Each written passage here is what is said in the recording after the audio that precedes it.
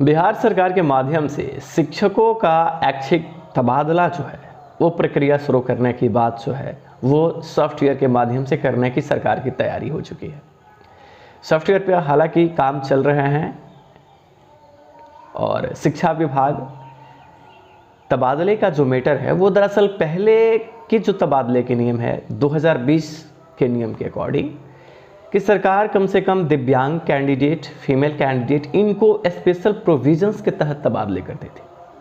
मतलब बिहार में जो भी शिक्षक हैं उनकी तबादले की जो प्रक्रियाएं थी उनमें फीमेल्स कैंडिडेट को सरकार ज़्यादा तवज्जो देती थी और उनके ट्रांसफ़र को बड़े सरल तरीके से करते थे।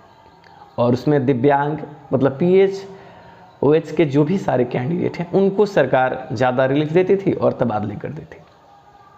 नए नियमावली के प्रावधान जो हैं वो सरकार ने कई सारे बदलाव किए हैं। पुराने प्रावधान के तहत नगर निकाय नियोजन इकाई और पंचायती राज नियोजन इकाई के तहत जो सारे स्कूल्स होते थे उनकी तबादले को सरकार ऑफलाइन प्रोसेस से आगे बढ़ाती थी और इसमें काफ़ी लंबे समय लगते थे। एक कैंडिडेट को ट्रांसफ़र के लिए एक ज़िले से दूसरे ज़िले में जाना बड़ा मुश्किल हो जाता था, क्योंकि सरकार को एक हाथ से लेना दूसरे हाथ से देने वाली प्रक्रिया सरकार जो है वो तबादले में अपनाई थी। आपको याद होगा तो एक टीचर को जब एक ज़िले से दूसरे ज़िले में जब जाना होता था तो वहाँ पता करना होता था कि वहाँ पे सीटें रिक्त हैं कि नहीं है। मतलब एक छपरा का कैंडिडेट है और कटिहार में उसका सिलेक्शन है तो कटिहार से उसको छपरा आने के लिए पता करना होता था कि छपरा में सीटें हैं कि नहीं है। उसके बाद इनकी ट्रांसफ़र होती थी। लिहाजा आप समझ सकते हैं कि एक छपरा का कैंडिडेट कटिहार में पोस्टेड है, उसको ये पता करना कि छपरा में कितनी सीटें रिक्त हैं, कोई टीचर यहाँ का है कि नहीं मेरे पास का। अगर वो यहाँ आता है मैं वहाँ जाऊँगा तो सरल तरीके से मेरी ट्रांसफ़र होगी। और लिहाजा ये ट्रांसफ़र बड़ा मुश्किल था। ऐसे ट्रांसफ़र प्रक्रिया बस कहने के लिए ट्रांसफ़र होती थी, नाम मात्र की। लोगों को 10 साल 20-20 साल इंतजार करने पड़ते थे टीचर ट्रांसफ़र को लेकर के।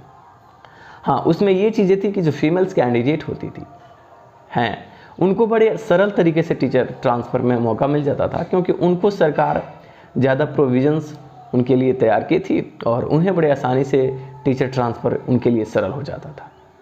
दिव्यांग कैंडिडेट को भी मुश्किलें जो थी वो नहीं थी, ना बराबर थी। लेकिन अब सरकार अपने टीचर स्थानांतरण, टीचर ट्रांसफ़र में बहुत सारे बदलाव सरकार के द्वारा किए जा रहे हैं और अब टीचरों की जो ट्रांसफ़र होगी वो किसी भी कोटि के अभ्यर्थियों के लिए ये मायने रख रहा है कि पहले की नियमावली कोटिवार जो लोग थे उनको ज़्यादा फ़ायदा होता था और जिस कोटि के जो कैंडिडेट होते थे उनको उसी कोटि में देखना पड़ता था अपने कैंडिडेट को और अलग अलग ज़िले में उनको पता करना होता था।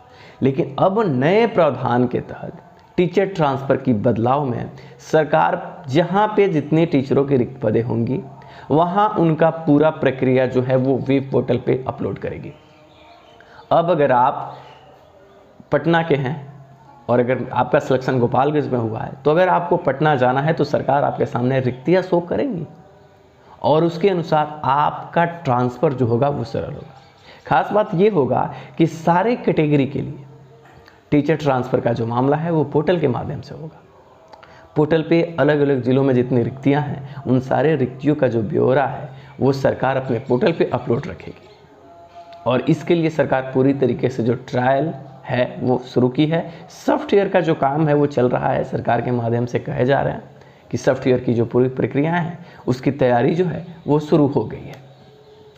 टीचर ट्रांसफ़र के मामला पहले से बहुत सारे लंबित हैं।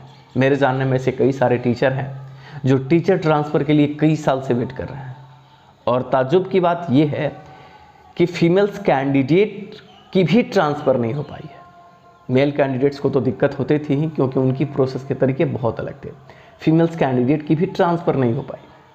बस सरकार कहती थी कि फीमेल्स कैंडिडेट को बड़े आसानी से ट्रांसफ़र कर दी जाती थी, लेकिन अभी भी आप पता कीजिए उन फीमेल्स कैंडिडेट से जिनका सिलेक्शन कहीं दूर हुआ है।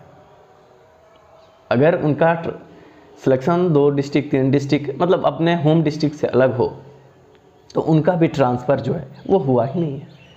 उनमें भी दिक्कत आ रही थी और उस सरकार सिर्फ ये बातें कहती थी कि OH PH है ना, जो हैंडीक्राफ्ट लोग हैं और फीमेल कैंडिडेट को हम मतलब इसमें रिलीफ ज़्यादा देते थे। लेकिन सरकार की यहाँ सबसे बड़ी नाकामी क्या होती थी पहले के ट्रांसफ़र के नियम में, कि जिनके कॉन्टैक्ट, जिनके रिसोर्स ज़्यादा होते थे, तो सारी प्रक्रियाएं सरकार ऑफलाइन माध्यम से करती थी। और ऑफलाइन माध्यम होने की वजह से सरकार टीचर ट्रांसफ़र जो है वो जिनके कॉन्टैक्ट डिपार्टमेंट में होते थे उनका सरल तरीके से होता था, क्योंकि उनको पता चलता था कि कहाँ पे कितनी सीटें हैं, कहाँ पे नहीं है। और टीचर ट्रांसफ़र भी एक धंधा बना था, जो रियलिटी है, और उस प्रक्रियाएं से लोगों का ट्रांसफ़र नहीं हो पाता था। जिनके कॉन्टैक्ट थे उनके तो कुछ ही दिन बाद वो जब चाहते थे आसानी से उनका ट्रांसफ़र हो जाता था।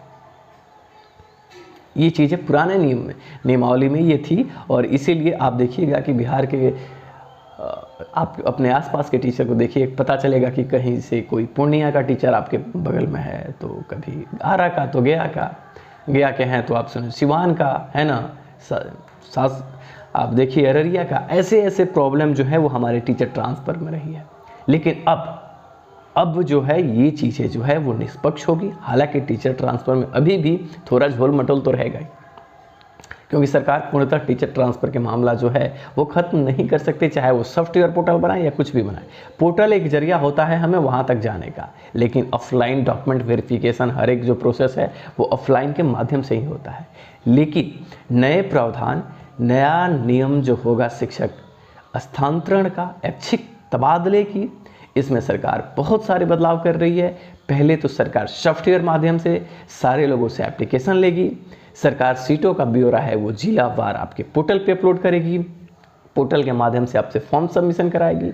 और सारी कैटेगरी में, अभी तक कैटेगरी का खेल बहुत ज़्यादा था, जनरल लोगों का तो, और बीसी कैटेगरी में काफ़ी ज़्यादा प्रॉब्लम आती थी। इनका टीचर ट्रांसफ़र जो है वो बड़ा मुश्किल से होता था। अब क्या है कि जनरल फॉर्म लिया जाएगा, कैटेगरी वाइज वहाँ सिलेक्शंस आपके पूरे ऑनलाइन प्रोसेस से आगे बढ़ाया जाएगा, और टीचर ट्रांसफ़र सॉफ्टवेयर के माध्यम से ऑटोमेटिकली सेलेक्ट जनरेटेड करेगी, और वहाँ से बिहार में शिक्षकों की टीचर ट्रांसफ़र की जो प्रक्रियाएँ हैं वो संपन्न होगी। तो टीचर ट्रांसफ़र के तमाम मामलों को नए पोर्टल के माध्यम से करने की सरकार की जो प्लानिंग है वो सरकार आगे बढ़ाएगी। और इसमें क्या है कि धांधली जो होते थे, फीमेल्स कैंडिडेट को भी दिक्कत होती थी। ऐसा नहीं है कि सिर्फ मेल कैंडिडेट को, कहने के लिए सरकार वो प्रक्रियाएं करती थी कि फीमेल को हम ज़्यादा रिलीफ दे रहे हैं, ऐसा कुछ था नहीं, बस वो पन्नों में था। डीओ कॉन्टैक्ट, बीओ कॉन्टैक्ट इतने ज़्यादा, इसी में तो कमाई होती थी ना। इनकम सोर्स जो बीओ के होते थे, डीओ के होते, तो इसी सोर्स से होते थे। ये लोग बड़े आसानी से अपने हिसाब से पैसे लेते थे और टीचर को ट्रांसफ़र करते थे। जो रियलिटी है उससे तो कोई ही मुंह नहीं फेर सकता ना। लेकिन अब वो जो प्रक्रियाएं होंगी वो बदल जाएंगी, और टीचर ट्रांसफ़र निष्पक्ष तरीके से होने की अब प्रबल संभावना होगी।